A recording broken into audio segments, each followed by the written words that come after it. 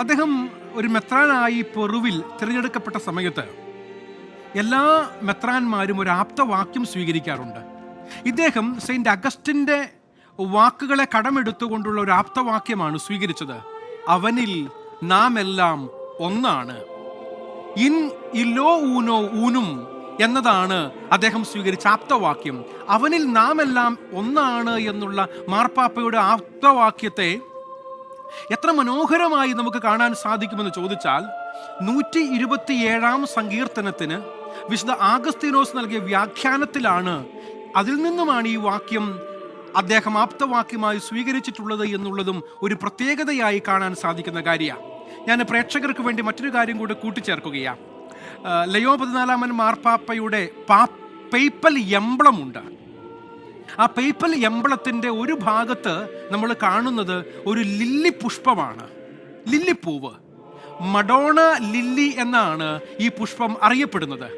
പരിശുദ്ധ കന്യകാമറിയത്തിൻ്റെ വിശുദ്ധിയും നിഷ്കളങ്കതയും അമലോത്ഭവത്തെയും സൂചിപ്പിക്കാൻ വേണ്ടിയിട്ടാണ് ലില്ലി പുഷ്പത്തെ മാർപ്പാപ്പയുടെ എംബ്ലത്തിൽ വെച്ചിരിക്കുന്നത് എന്നും അതിനു താഴെ മറുഭാഗത്ത് അടഞ്ഞ ഒരു ഗ്രന്ഥത്തിനു മുകളിൽ കുന്തത്താൽ തുളച്ചു കയറിയ ഒരു ഹൃദയമാണ്, അത് വിശുദ്ധ അഗസ്റ്റിൻ്റെ മാനസാന്തരത്തെയാണ് സൂചിപ്പിക്കുന്നത് എന്നും ദൈവവുമായുള്ള കണ്ടുമുട്ടലിനെ സൂചിപ്പിച്ചുകൊണ്ട് വിശുദ്ധ ആഗസ്തീനോസ് എഴുതിയ അങ്ങയുടെ വചനം കൊണ്ട് എൻ്റെ ഹൃദയത്തെ കുത്തിപ്പിളർക്കണമേ എന്നുള്ള പ്രാർത്ഥനയുമാണ് എന്നും പരിശുദ്ധ അമ്മയുടെ പരിശുദ്ധിയും വിശുദ്ധ ആഗസ്തീനോസിൻ്റെ മാനസാന്തര ചിത്രവുമാണ് പരിശുദ്ധ പിതാവ് ലയോ 14 എംബ്ലത്തിൽ നിറഞ്ഞു നിൽക്കുന്നത് എന്നും ഇത്തരുണത്തിൽ പ്രേക്ഷകർക്ക് വേണ്ടി സൂചിപ്പിക്കുവാൻ ഞാൻ ആഗ്രഹിക്കുകയാണ്.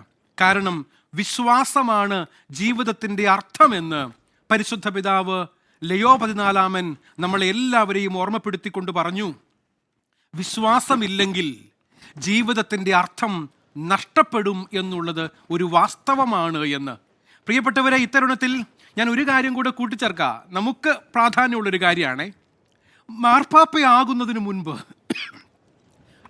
അഗസ്റ്റീനിയൻ സന്യാസ സമൂഹത്തിൻ്റെ സുപ്പീരിയർ ജനറൽ ആയിരുന്ന സമയത്ത് നമ്മുടെ ഇന്ത്യയിലും നമ്മുടെ കേരളത്തിലും പരിശുദ്ധ പിതാവ് വന്നിരുന്നു എന്നുള്ളത് വലിയ സന്തോഷം നൽകുന്ന കാര്യമാണ്.